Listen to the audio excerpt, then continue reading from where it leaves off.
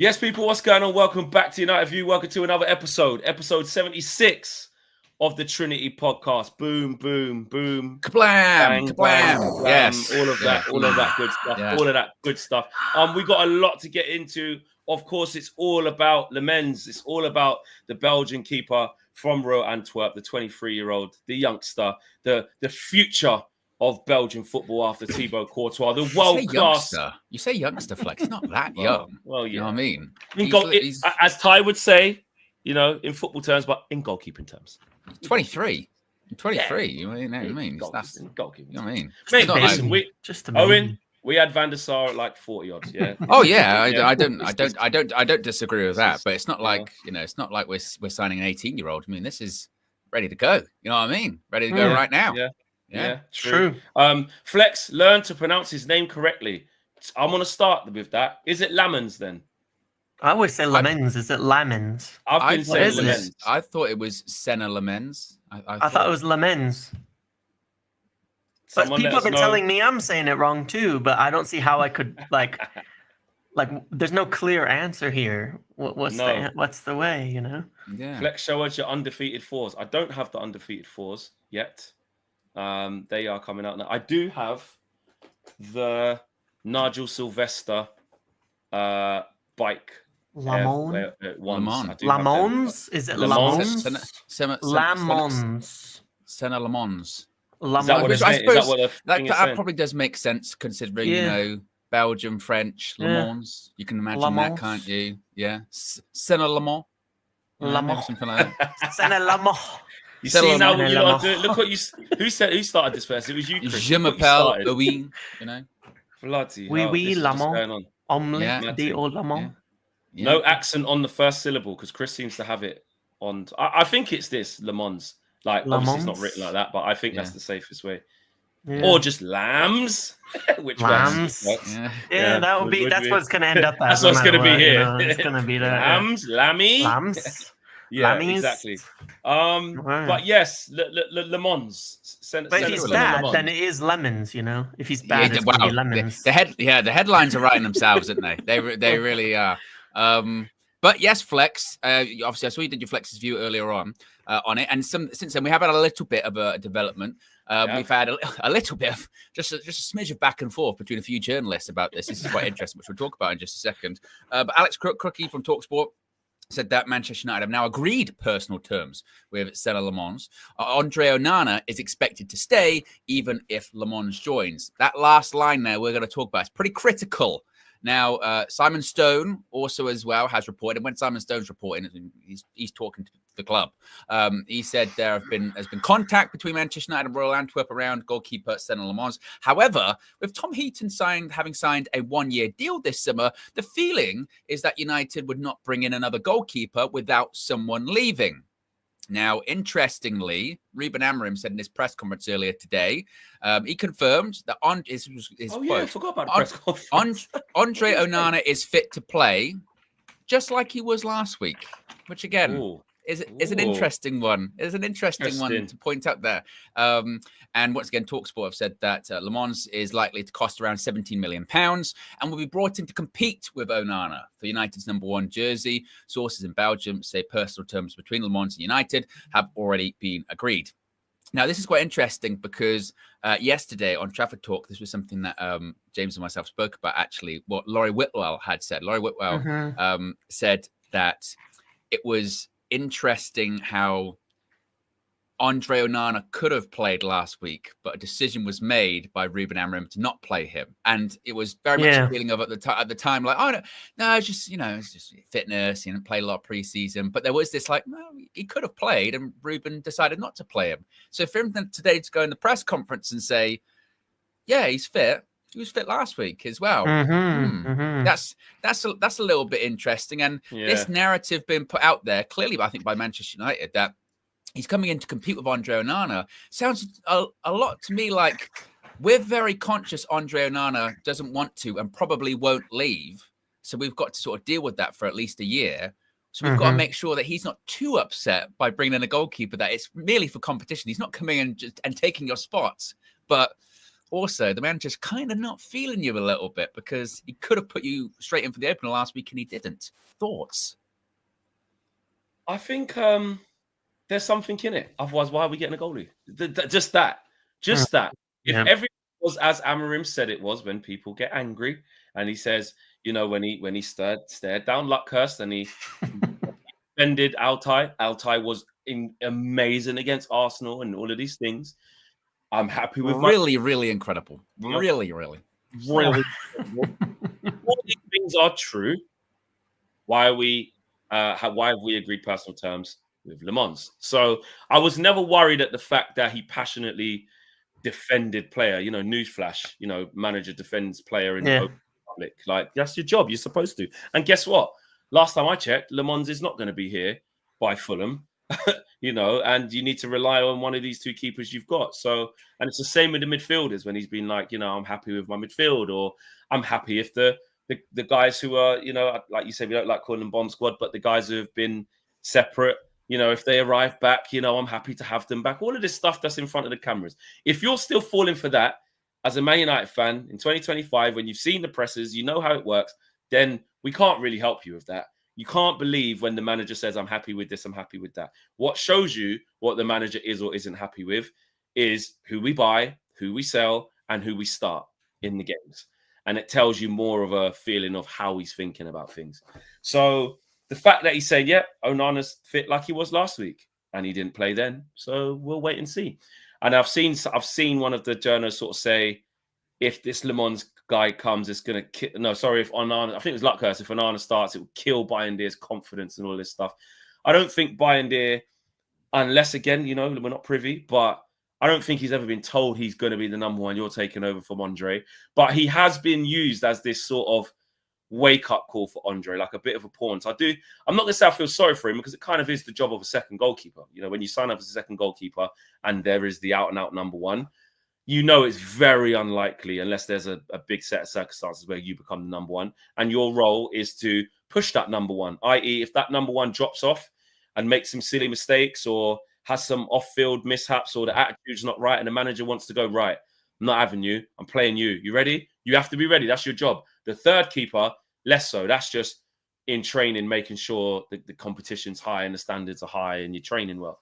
So, yeah, I'm confident that this Lammens thing will happen now. Now I've seen what I've seen. I don't see why United would agree personal terms if they didn't want him. And they're clearly not happy in that department. I still stick to what I said in my Flex's view, though. I don't think it'll be Onana who will make way. I think it'll be Bayindir that will make way. Yeah, and I think even that first game could be a bit of clever management, you know. None of our keepers are that good. Let's put Bayindir in the shop window, give him a game. Actually did some things well in that game. He's on much lower wages than Onana, much easier to shift than Onana. Bought him for a few million, you know, like he could easily be sold or loaned back to Turkey or something like that in the coming weeks, which in that window is open till, you know, mid-September, right? To go somewhere like Turkey. So there's certainly the possibility of get somebody now, move somebody later, and it puts pressure on the whole group to say there's even less spots than there used to be. Like you look at the Šeško and Højlund situation. Højlund was starting games, then we buy Benjamin Šeško, and he's out, and he's not even in the squad. Gone. And now it's like, well, you got to go, you know, now you got to make that decision to leave. And I could see the same thing happening on the keeper front, you know, that Lammens comes in.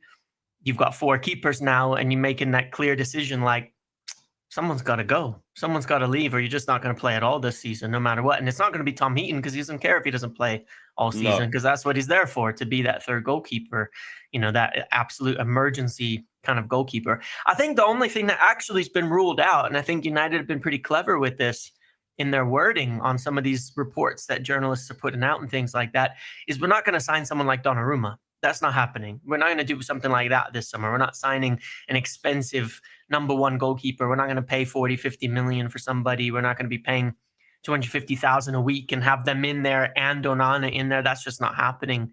Because I kind of caught the clever wording in there of like, you had Luckhurst's report saying, if they sign a keeper, it's not going to, he doesn't even say if they sign a keeper. He says they're just not going to bring in a headliner number one.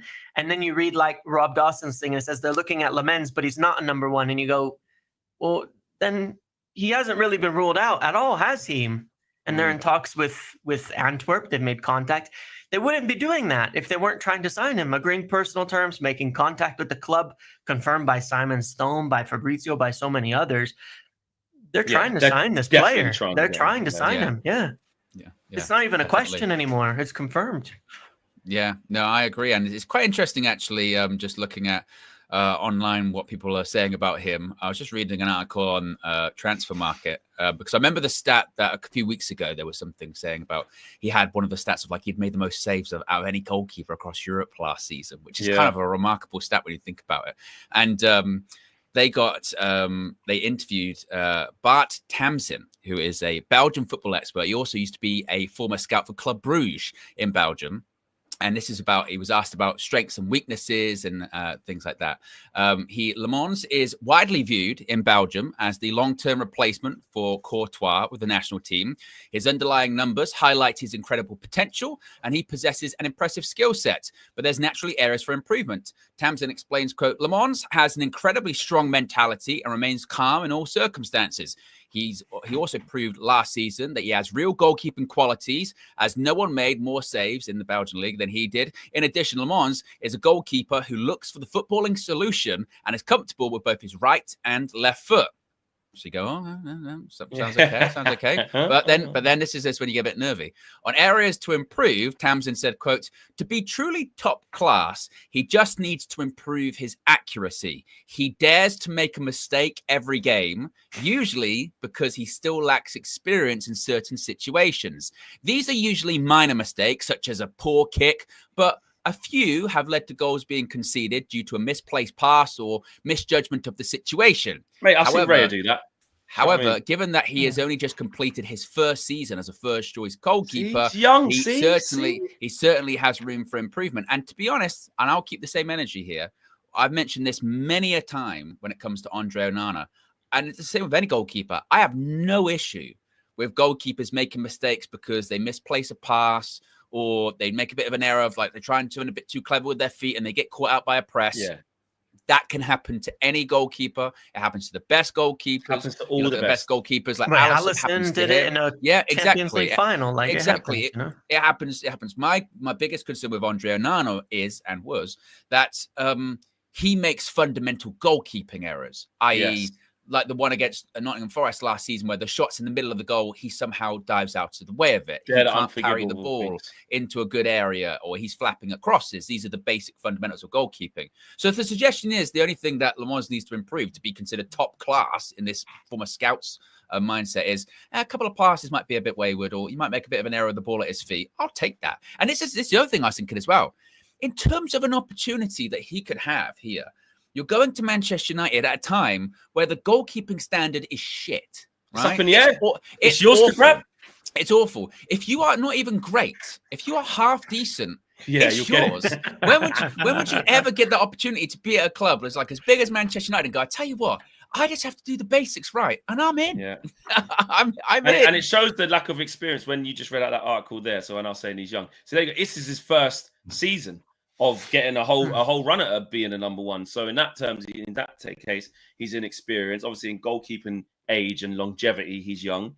And he's like the next one, obviously, because Courtois is so legendary. He's probably got to bide his time and wait for him to retire or step down from the national team at least, which is how it goes when you get keepers like, Buffon and Casillas at the time and, these type of goalkeeper. Look at Neuer. Jesus, it's still going. So when keepers are that good, you kind of, it's tough being a young keeper of that nationality because you're usually playing behind a GOAT of that position, right? Same when it was Oliver Kahn. Like you look at Neuer. Neuer's been going that long. Did he take over from Oliver Kahn or was there? I don't know. I'm going to just say yes. No, he would have took over from like Jens Lehmann. Jens Lehmann was Jens Lehmann. Jens Lehmann would have been. Someone in between. But I mean, you look at his stats again. Lammens boasts a save percentage of 81.4%, surpassing many top-tier goalkeepers in Europe. Last season, he stopped more crosses than Alisson, Jordan Pickford, and Dean Henderson, according to available statistics. So, I'm pretty sure he's like 6'4" as well. I think he's a. Can big I put guy. with this setup, Owen? Can I share the screen? What would happen if I do that? Yes, you can. All right, wicked. Let's do that because I've got this little. And now brace yourselves, folks. Flex is trying to use technology. This is. Don't worry about that, mate. Flex. Ooh, he's done it. it. Don't worry, he's listen, only guys. He's only just done it. There you go. He's only just done it. Just relax yourselves. Yeah, just calm yourselves. I tell you down. what, I'm loving this advert for the 100 as well. It's terrific. Yeah, there you go. Yeah, we're seeing more of that than we're seeing the article. I know. I mean, you need to speak to the Metro about that, about their advert. Clearly, I think they've got a. Why didn't you screen grab that? Is it that graphic you want to put up? No, I was going to do the whole thing, but there's that's just one thing. Oh no, I'm going to do the whole thing. The 23-year-old is regarded as one of the best young goalkeepers playing outside of Europe's top 5 leagues. And then it goes on to say, obviously what Ruben said, and then it says the Antwerp goalkeeper compared to his countryman Thibaut Courtois has showed huge promise with a save percentage, like Owen just said, of 81.4% last season, and a huge improvement on Onana's return, which of just 68.7%.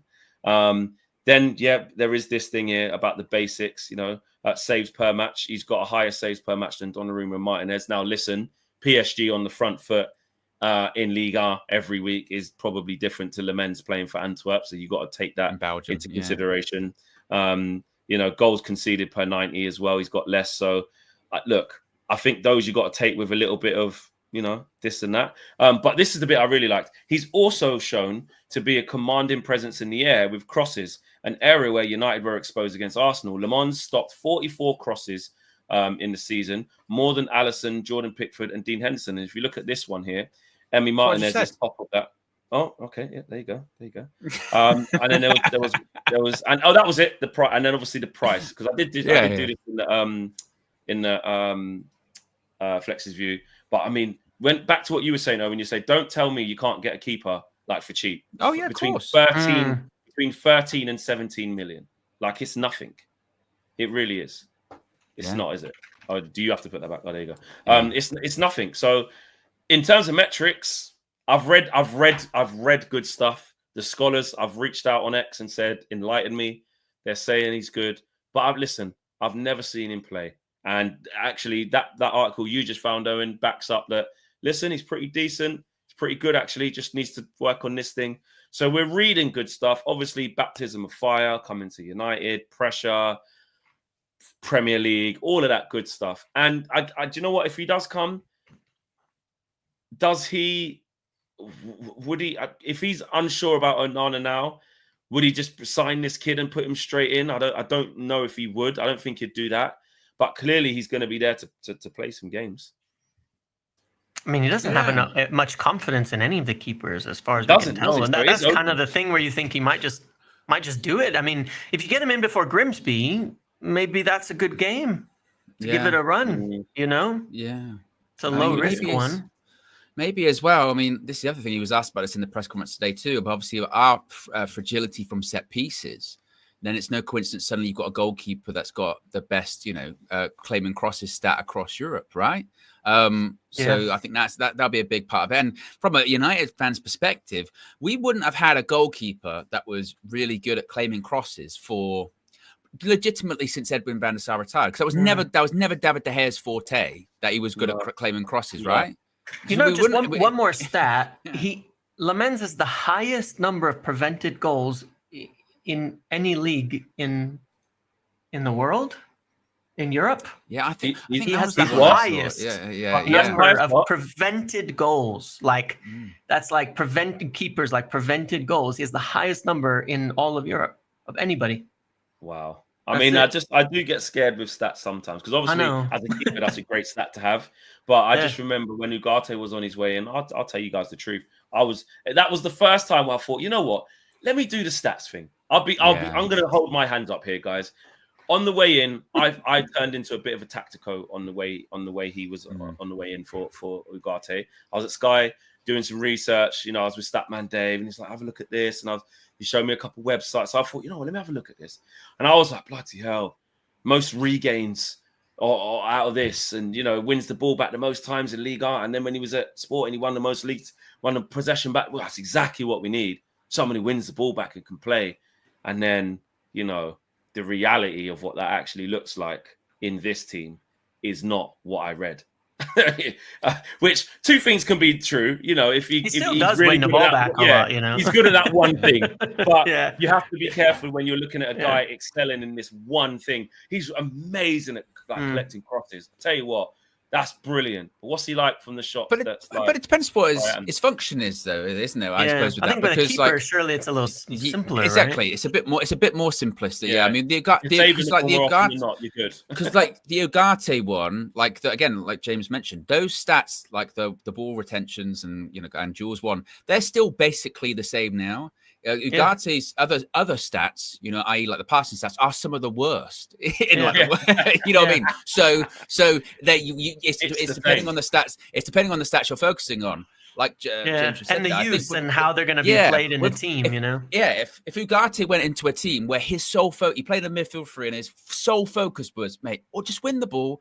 Do not try and play. Just win it and give it, and that's all we're asking you for. Then we probably got to tell you what, he's unbelievable at that. It's because he's being asked to do more that he's not good at. If he did it under Ruben, no, Ruben had him at Sporting. It was different then, though. Like even that Sporting team back in the day, like that Sporting team was dominant in that league at the time, and it was like win the ball. You had ball players all around him. He's got the best passing center backs in the league. Playing around him. There's a whole lot. And that's lot what of they're saying about the league, there. the league hype, right? This kid's playing in the Belgian league, So you have to take that into consideration of the quality that he's around or not around. But that doesn't mean that he can't come here and be a good goalkeeper if we, nurture him right. If he comes here. Jamie Jackson tweet. What did Jamie say? He's probably been briefed now as well. What's old Jay saying? What's he saying? Oh, look, because sometimes people see tweets from like hours ago and they'll say something to it and you go, it's not. Yeah, it was ages ago. It's just like they hadn't logged into X for 5 days. He says we're close. Actually, he says Manchester United close on signing Antwerp goalkeeper in 20 million euros deal, which is very funny because it just kind of tells you. A week ago, I think he said we weren't going to sign a goalkeeper at all. Well, this was, but to be fair to him, this is kind of how it's gone in the media. It's really funny because I saw James tweet this, and it's so true. A lot of journos at the moment are trying to do this really weird thing of like, I know I said a week ago we weren't going to sign, weren't going to sign a goalkeeper, but this has only changed in the last few days because last time I was told they weren't signing one, and you sort of go, well. Did United just not tell you? Like, if they didn't, it's fine that they didn't tell you, but don't like kind of pretend I was in the know the whole time, and things changed over the last few days. Because if they try and spin this like, no decision was just made yesterday to go after Le Mans, well, that's bullshit. We've been following Le Mans since December. And we've heard the name. This isn't the first. Yeah, we're not going. Well, we've not seen us linked to this guy before. No, we've been linked. And Jamie Jackson's piece says Manchester United are closing in on the signing of Royal Antwerp goalkeeper Sané Lammens for around 20 million euros, 17 million pounds, with the 23-year-old expected to compete with Andre Onana. The rest of it's going to be just his perception of it. Onana's place at United has been under scrutiny following a string of unconvincing displays, blah, blah, blah, blah. Onana expects to remain at United beyond the current transfer window, having been made aware that the club have rebuffed inquiries from other clubs for his services, but he is now poised to face further pressure for his place from Le Mans. The 6'3" Belgian under-21 international made his senior debut for Club Bruges in July 21 before moving to Antwerp 2 years later, making the first appearance for the club in November in a 2-0 Champions League defeat to Porto. Sources in Belgium suggest United have agreed terms with the player, but it is understood that is not yet the case. Hold on a minute. Wait a minute. See, this is why you have to read the thing. Sources in Belgium suggest United have agreed terms with the player, but it is understood that is not yet the case.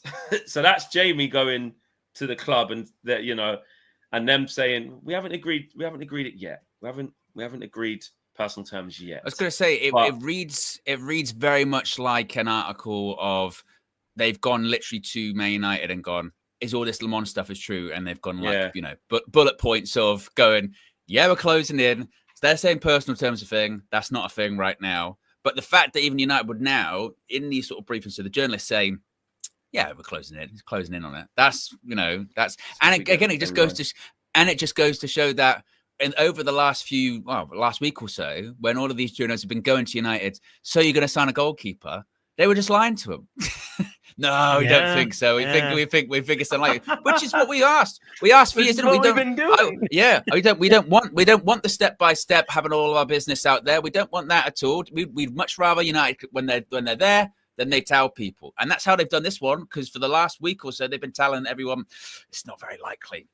It's not very likely that we're going to sign a goalkeeper. And then suddenly today they're closing in on getting a goalkeeper, which is great, which is fantastic. We need one. Absolutely need a new goalkeeper. If he can just do the basics, he's in. He's in between the sticks. It's that simple. We'll try and see. I thought I'd just do a little what do you call that thing? A little test as well. We'll see if we get the same line that the journals are getting. Hopefully it comes back through this live stream. Yeah, we may as well, innit, James? Let's see if we get. Let's have a look. So I've put a text in to see if we get back what this is, and if I do, which I'm expecting to at some point, it might not be within this stream. Well, we've got half an hour left, maybe not, but we shall see. But I'm pretty sure that when they're all getting this type of, especially like we always say, Simon Stone. If Simon Stone gets involved in transfer stuff, it's either to say, still a rumours wide of the mark. United not looking at that. He doesn't really get involved in the incomings. And if he does, you know what he's on. It's BBC. He's been told certain things. So one thing I do want to make clear on this as well. So you have something, Owen. Did you want to? Is there another? Well, yeah. Fabricio's just done a Fabrizioism where he's got more on the Senna Le Mans. More on the Senna Le Mans and Man United story revealed today. Talks are well underway with Royal Antwerp on a transfer fee close to 20 million euros. Negotiations advancing. Le Mans said yes to Man United. No talks with Man City as their target is Gigi Donnarumma if Edison leaves, which they still don't know about. But Fabrizio's basically every journalism now is saying this. Journalist is saying the same thing basically. Yeah. So, mate, hold on. Wait. Did you get an answer? Did you get an answer? James, you lower down the list. You're lower down the list, mate. I've been asked. I was going to say, I was waiting for Flex to get the answer. Then yours. I'll be honest. I don't think copy and paste. Ask. I'm just going to wait and see. I'll message someone. It's got nothing to do with United, but I can ask. Type in ... Oh, here we go. While we wait, I'll give a little background on this because I've been talking about this since that in September last year, United made contact with James Trafford when he was still at Burnley over there to ask him about coming in to compete with Onana for this position, right? And he didn't want to at the time come in as competition. He feels like he could be the number one. There was also the connection with City and the feeling like they could bring him back, and they'd made some contact with him. But United have been looking at competition all year. All year they've been looking at competition for Onana. That's been the story. So that's why I think there's a lot in this, is that it was always likely, even though it's not a priority, it's easy. Like that's where you get the playing in the journalism, the playing in the words, the playing in the briefings. You can say goalkeeper's not a priority. We're just buying a backup. We're just buying a backup. Exactly. Not a priority. We're just buying a back. We just need some depth. We just need another option there, and that's, I think, where it's been confusing because the deal's like they were never going to pay 40 million for Emi Martinez. They were never going to pay 40 million for Donnarumma. They were never going to do any of that. But 20 million euros for a young backup goalkeeper who's probably going to be the starting goalkeeper within a few weeks, it kind of works. So this has been building for a long time. It fits the budget. The line to me is thanks, Flex. But yes, interested. Yes, interested. But nothing imminent. So it's the same. It's the Now to be fair, and if anybody wants to know, in my experience, when they say nothing imminent, it means something's happening. Of course, it's just not there. Because they're very reluctant. To say because I remember I can even scroll back. I got things saying from with the what's his name? Don't even want to go back to that, but Frankie de Jong. De Jong. And at that time, I was getting some big we've agreed terms. We're just waiting for him to sort out stuff with Barca and this, that, and the third. And of course, we all know what happened with that. So the club's never gonna. It's different. This is where why you have to really, really respect people like Ornstein and even of course Romano and other people who really break stuff in terms of saying, no, this is done. I'm telling you, they've agreed this and that, and the fee is this. Because when you're at, I'm not going to say surface level, yeah, it's great as a fan channel and as fans to have that type of resource to even half check stuff like we just did. But in terms of the real guys, that's why I would never claim to be this tier thing breaking, blah, blah. I'd love a laugh and a joke of it, but the real guys, they really do break stuff. All we can do is hear stuff and go, what's the latest for this? And the club will say, yeah, we do like that. We do like that. We are looking at that. We are talking. We're interested, but not close. But, your real big boys are the ones who know what's going on, and that ain't me. But I just asked the question for you guys. We're here. We can find out, and that is the line. I repeat. Thanks, Flex. I've got to add that bit in. Yes, interest, but nothing imminent. Wait till next week is the answer, basically. Exactly. Yeah. Which sounds like it does sound like we'll get him. It does after the weekend. And I don't mean by that. I don't mean by what I've been told. I mean by clearly what's going on. You don't. Well, you know what I mean. The window shuts on September 1st, which is nearly about 10 days away. This could very easily be one that's a deadline day signing kind of thing. Of they go, look, might take the week to sort of figure out and sort out. Announced on deadline day. And also as well, this would, because of the position that we're talking about, it won't necessarily be a rush, will it? Because they'll be like, well, we've got 3 goalkeepers we can pick from anyway. So we're just, it's going to be one that gets done before the deadline. And then through the international break, he might be away with Belgium on the bench again. He's probably not going to play, but, he's on the bench. But they're in no rush necessarily to do it. It's not like they need to get him in to play against Fulham at the weekend. We've got Onana, Bayindir and Heaton all available, which is the same situation as last weekend, as Ruben suggested. It said in the press conference, right? So I won't be shocked if it's one of those ones where, maybe it's a deadline day thing. They always like to have, we did a deal on deadline day close to, one more left, something like that. Wouldn't be shocked. Maybe that's the pace that it's going at. It's still quite slow. Yeah, no, I agree. Let's get the super chats out, people. We've got over 2,000 people watching live, which is brilliant. Frozone's lost super suit, says James. Where is my super suit? This has invaded mine and yours, and I don't get. I get it, but what am I supposed to do with this super chat? Did you get the reference? I think it's Frozen. No, I haven't seen that. Frozen from The Incredibles, from way back. But why? Yeah. But why? I don't know the relevance. He's been in my lives and yours. What's the relevance? I think maybe the relevance is this being relevant. He's now relevant. That's it. He's crossed we're reading. We're talking to him. We're talking. Yeah. There you go. And now I feel a little bit left out. I want a super suit too. What's going on? Yeah. Shout out Ramazan. He said they asked if he was fit to start. Amorim said he was fit to play. Chose his words wisely. Yeah, that's it. That's what we were talking about, innit? He's fit to play. He's fit to play. Don't know about start. Don't know, mate. He's fit to play like he was last week. And last week he wasn't even in the squad. So he actually, I got that right, innit? He actually wasn't in the squad. No, it wasn't. So what was it? Tom Heaton then? Who was on the bench? Yeah. Shit. Yeah. So imagine that. Imagine Baltai done his wrist. It would actually get. I don't know. I don't know if he was there at the stadium because then obviously Hoyland wasn't in the squad, but he was in the director's box. He was there. We would have seen. I think he was training. There was a report he was training that day at Carrington instead of being at the game. Yeah. But he said, why would Ruben to confirm? Because what Ruben didn't do is say, well, obviously he hasn't. He touched on it a bit, didn't he, when in the Luckhurst rant? But what he hasn't really, obviously on the day of Arsenal, I don't think that was the reason he gave, did it? Was it? Because he had the opportunity to say, well, obviously he's not had a preseason, he's coming back from an injury, so we're taking our time. He never said that, did he? He said, I think he said something about sessions, like he'd had a couple of sessions. Did he make? But maybe not too much. But maybe not too much. It felt like all the headlines while I was in the stadium looking on X was that Amorim said this is not an injury. This is he's fit, but. Yeah. I don't know if we can clarify that. But then what's interesting is, so he got annoyed with Lucker saying, I didn't drop Onana. But now he's kind of confirming that he kind of did. That's what I'm saying. You get annoyed with him for saying, would you start Tom Heaton instead of Bayindir? That's what set him off. Yeah, that's what made him pissed off in the start. Yeah. He was still pushing back, like you said, into I didn't drop Onana. No, I didn't. Like it felt Or like that. But I was like, well, is he choosing his kind of words have. carefully? He's choosing his words like, I didn't drop him. I chose him not to play. And you go, similar thing. Yeah, and I can't drop him because there hasn't even been one game of the season yet. So but don't you think to a degree he's just trying to like be more of the manager sticking up for the players this season? Yeah. Last year he was a bit brutal about the players, and this year he's kind of done that 180 of like, and he still managed to protect some. Like even last year, bro, he was speaking positively about Garnacho all the time. Like he's working really hard, he's learning. Yeah.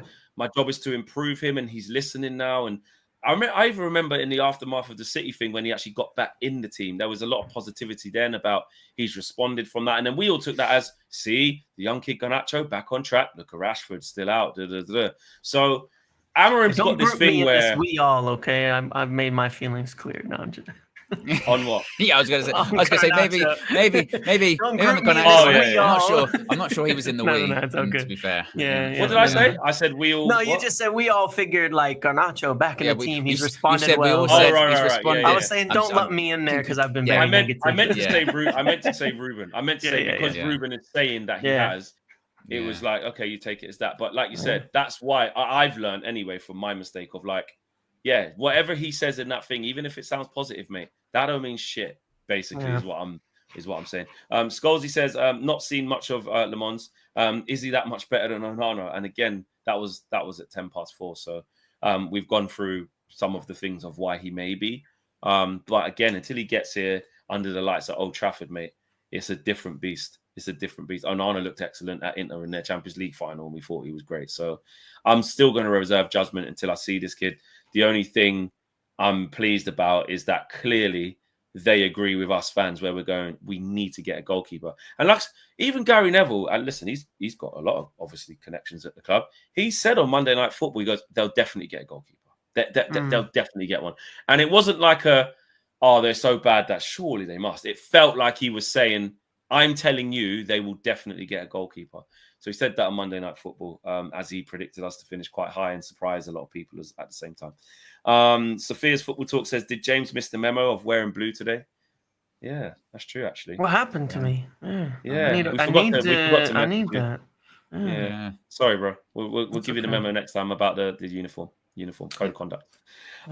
Saeed, big up Saeed, who's saying, says, lost to Arsenal equals goalkeeper. Lost to Fulham equals midfield. No, we're not doing that. We're not doing that. And also, but would you take it? We lose to Fulham, but they go the next day and go and get Baleba? No, because they're not related. It's not going to happen. It's like, if we lost to Grimsby, would we go and sign Erling Haaland? New manager. It's not going to happen. You know? Yeah, exactly. Like, then go and get Iriola or something. I don't know. We go and get Glasner or Iriola. Would you take that? Then I said they're not related.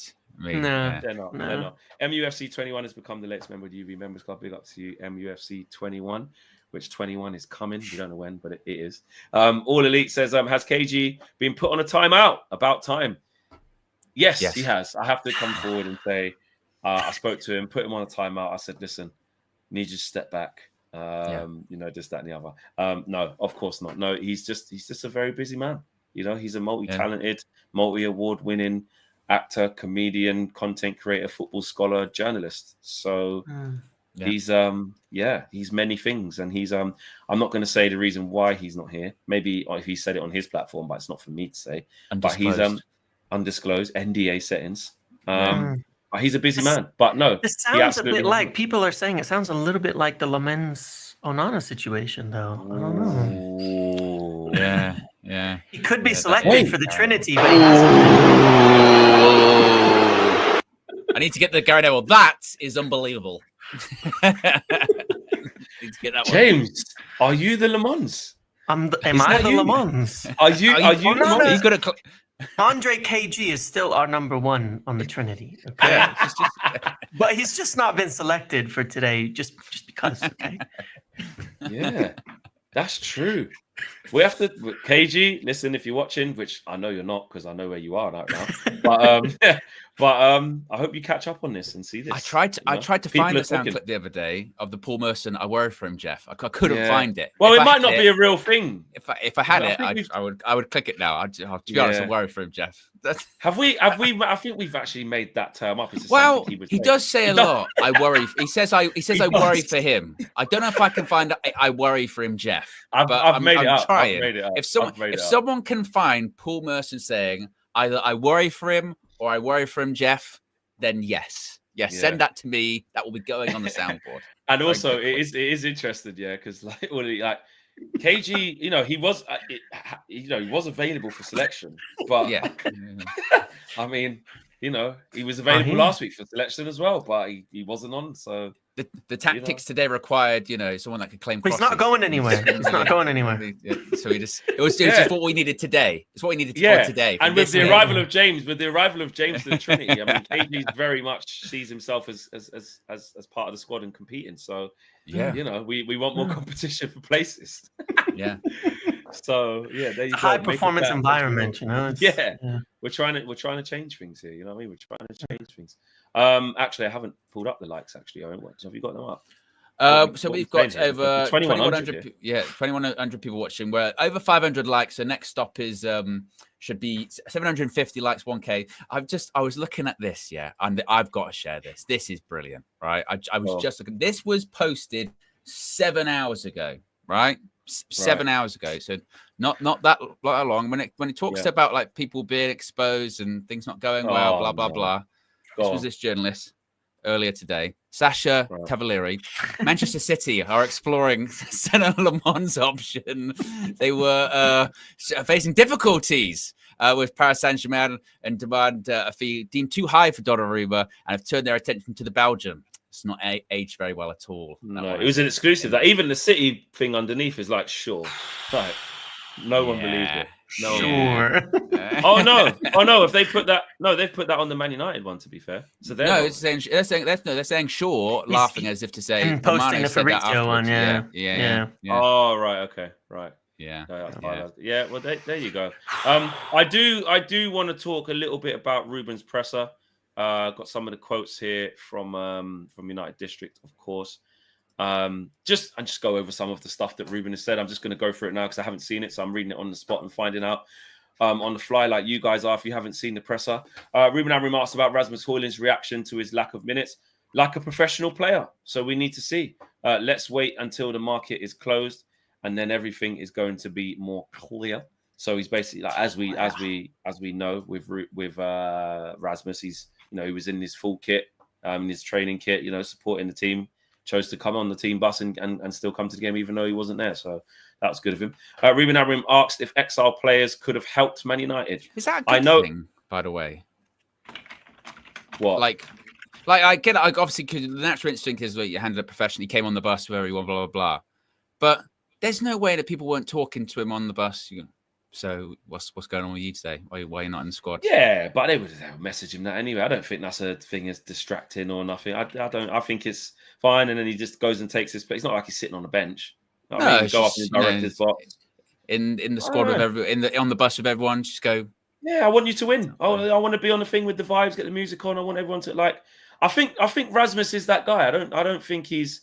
He's not problematic, and I know people say, "Oh, listen, spare me." I'll get out of my club. This, that, and that's fine. Man United are forcing him out. He's not been in the matchday squad, so it's been made abundantly clear. But if there's someone who wants to do things in the right way, where you've been told you're leaving and your agent's having issues, and you're like, "Well, can I still travel on the bus and come to the game with the boys?" Absolutely. Like you're training with us, aren't you? He hasn't been exiled. You're in the team meetings. You know what's going on. You're training. I don't mind it at all. I don't mind it at all. So, I don't think it's an issue. Next one, Ruben Amorim asked if the Exiled players could have helped Man United. I know that it's not a good thing to have players in this situation. This is what's quite funny, actually, because it's 6 to 1, half a dozen the other, maybe a little bit more than that. He says, but it's clear that they want to play in the different club, and that is clear. So we try to arrange everything for both parties to be happy. Well, you did tell them all to F off as well. Like you did. Like Anthony, if he could, would probably love to stay here and fight for his place and be a Man United player, but he's been told, see you later. Rasmus did not just decide, I want to play for a new team. Man United said, you're not, sorry, mate, you're going to find it hard to get minutes, i.e. wink, wink, nudge, nudge. So in public, we're sort of claiming that all these guys want different, want to be in different places. But that's not really how it went, is it? We all said, but maybe Rashford's a bit different. But it all did start after Ruben made it clear that they're not going to play for him. So, do you know what I mean? If Ruben would have come in and made Rashford the main guy and said, I want to build this team around you and you're the future, Rashford probably wouldn't have left. But as soon as he was exiled and Ruben said, not for me, it was over. So, I don't know. That bit's not technically true, but don't care.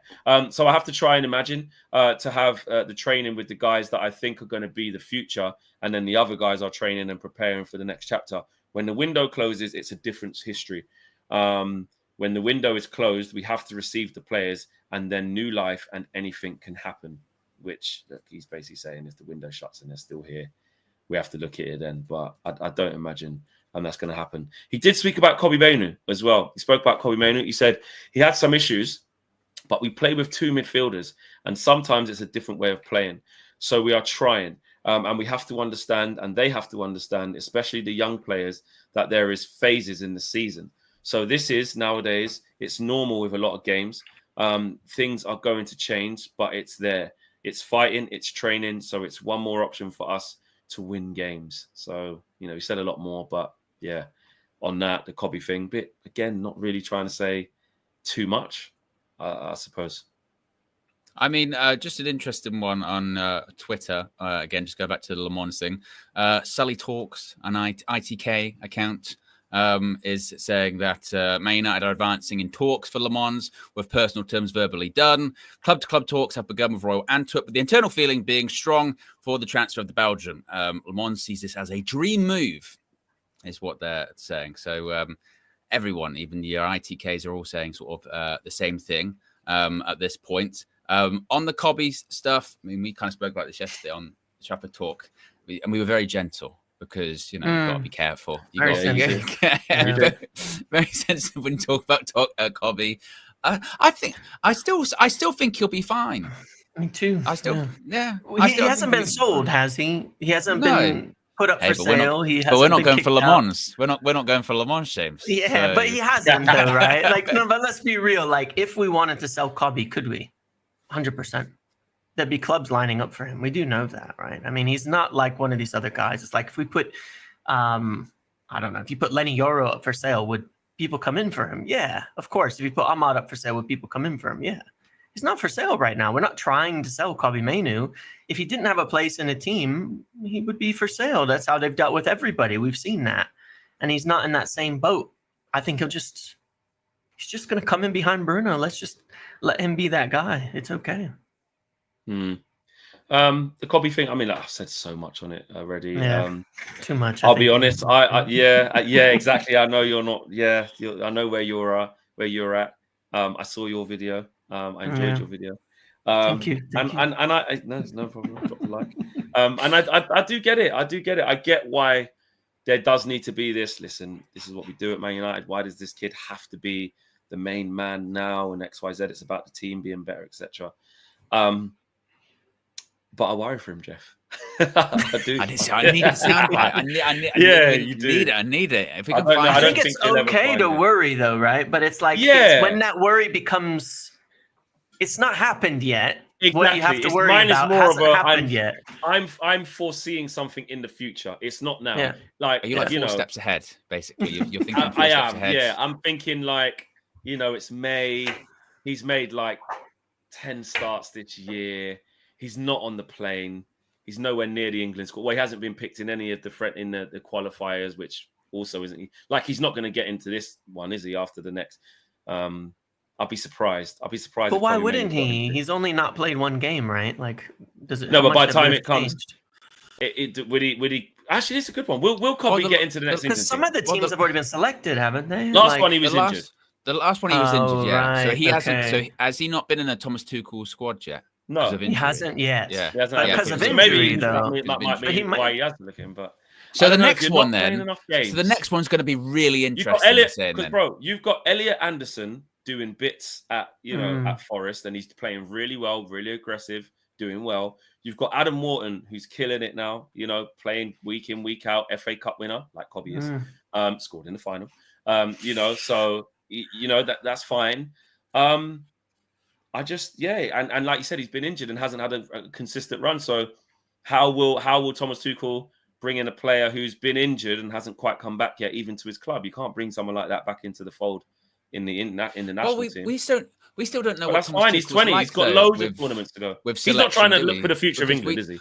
That's what I mean. We still know. Yeah, he got back. He put John Henson back in. Everyone's like, "Well, what the hell?" Like, so it's anything I suppose is possible with that. We don't really know, like, if he's a big fan of his or not, right? So, yeah, but then what you are Jude, right is Wharton, Rice, Anderson, Gibbs, White. If he's not named in this squad, there will be this thing again of like, I worry for him, Jeff. But at the same time, he's still of an age where he could play for under 23. So he's not old. That's true, Yeah. He's Well, they took him out in 21s, didn't they? That's what I mean. He's surpassed that. And I'm not saying that he would play for under 23. So I'm just saying that that's an indication of still how young he is. But what formation are they even going to play? Could he play as an attacking midfielder in under Tuchel? Like, there's different setups here too. But you do have to say, guys, this is a guy that's made it all the way to the European final. If he's back in the under 21, something. No, I don't think he'd get put back in. Do you know what I mean? He can play. Depends for fitness. If they said if he was coming back from an injury, sometimes they do a whole. You've been in the European final. I don't know. With England, does Luke Shaw get selected again? Yes, Luke Shaw. Right. Does Harry Maguire get selected? Because he was also in the European final. Yeah. Well, we don't know because obviously. Southgate liked picking Maguire because he's always put Maguire. Whereas he wasn't in the summer one, or the last one he wasn't. No, in the last one he wasn't in there. But again, Southgate always liked Harry Maguire. It was only because of injury that he didn't make it last time. He did, according to Amorim, have an injury in summer, so maybe that was why he wasn't selected as well. So he was the last one. If he wasn't, so I just look at some of the names and see how consistently they're playing for their clubs, and I just think it's going to be incredibly. I hope I'm wrong on this. But I think it's going to be incredibly difficult for Thomas Tuchel, who already isn't planning for the future. Let's be honest. He's picking the players who are doing the business now. I don't think he's going to get in. I hope I'm really wrong about that. Mate, I tell you what, here's one for you guys. I know you're going to say. You know what I'm going to say. You know what I'm going to say. Mason Mount. You can say Mason Mount. I was going to think of the same thing. Mason Mount has a better chance of getting in the England team than Kobbie Mainoo. Perhaps put this message in. Why? And I saw Flex's face. Can I ask why? I tell you why. Yeah. Because Thomas Tuchel won the Champions League with Mason Mount. Well, yeah, that's probably part of it. Yeah. And here's what our manager has had to say about Luke Shaw and Mason Mount. What is important is for them to help Man United to reach our goals. They are, and I'm going to do the Ruben voice because of the amount of alliteration that's going on here.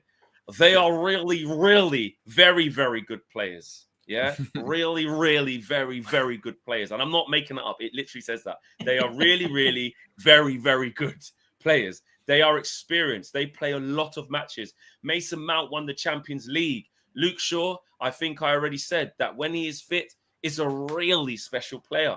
And you can see it every time he plays. It's really important for us to have these guys available for more matches. So here's what's going to happen, guys. Here's how this is going to go. And I'm going to say this now. So this really will be Fleck judge if the thing happens. I'm going to say this now.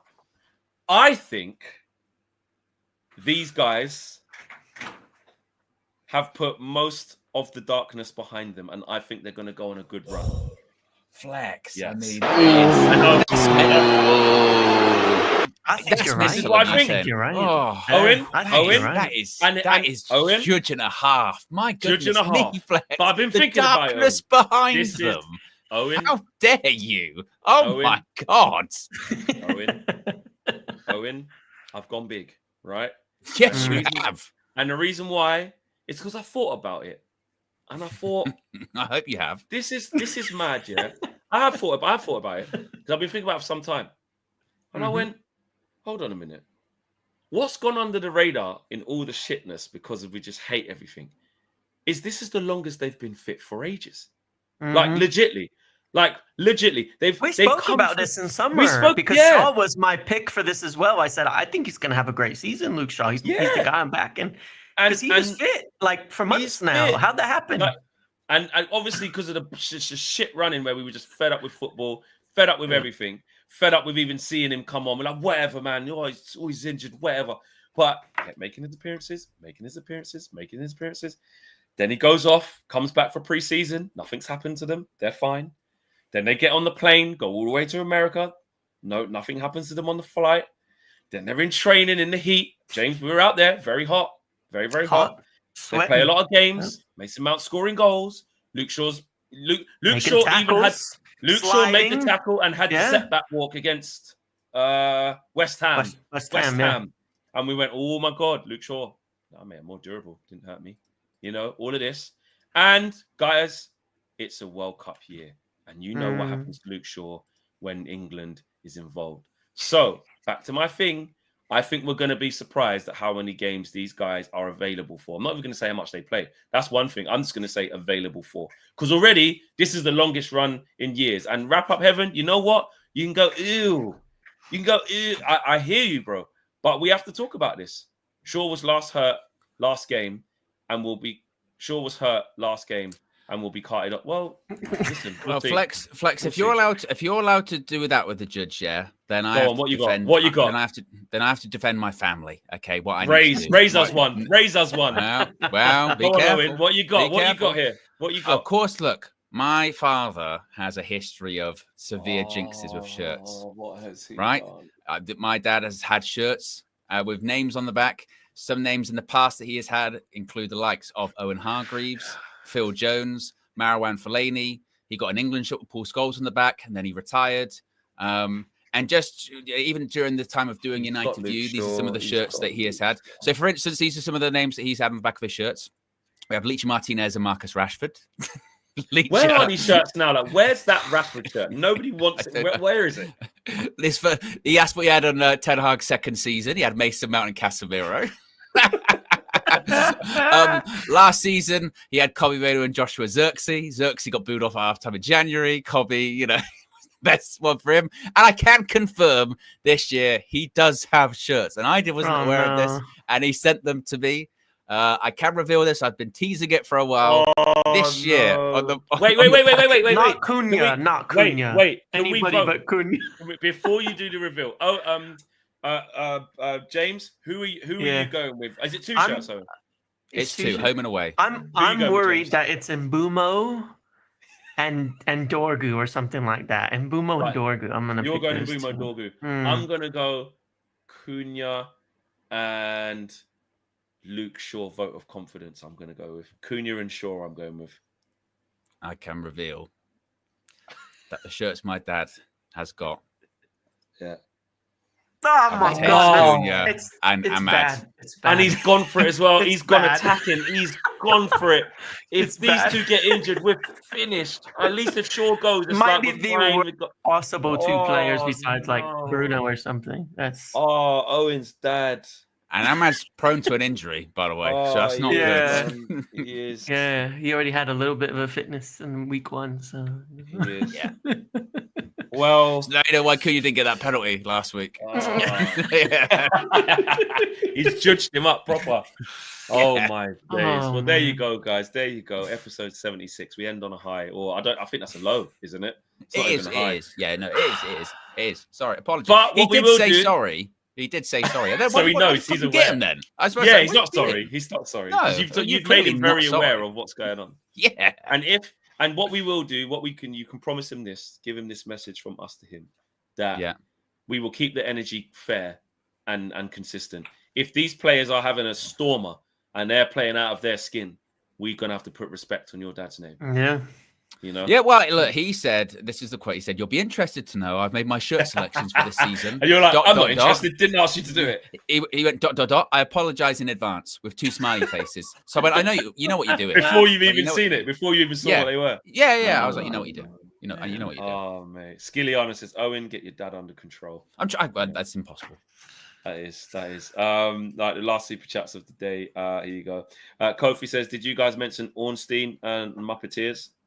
I don't think it was Ornstein, because the story I had yesterday on the Doctor was confirmed by a few people, but it was the Athletic and Sammy Mockbo of the BBC who have also confirmed and credited, but I don't think it was Ornstein this time. Okay, James, listen. James has got James. Listen, this is why it's called Tier 1 James. And literally, he got that just as we finished doing. I told Owen right as we wrapped up the show yesterday. He went, I'm just gonna post something about the Doctor and about the Doctor. Yeah, and it was before. And did you post it before those guys?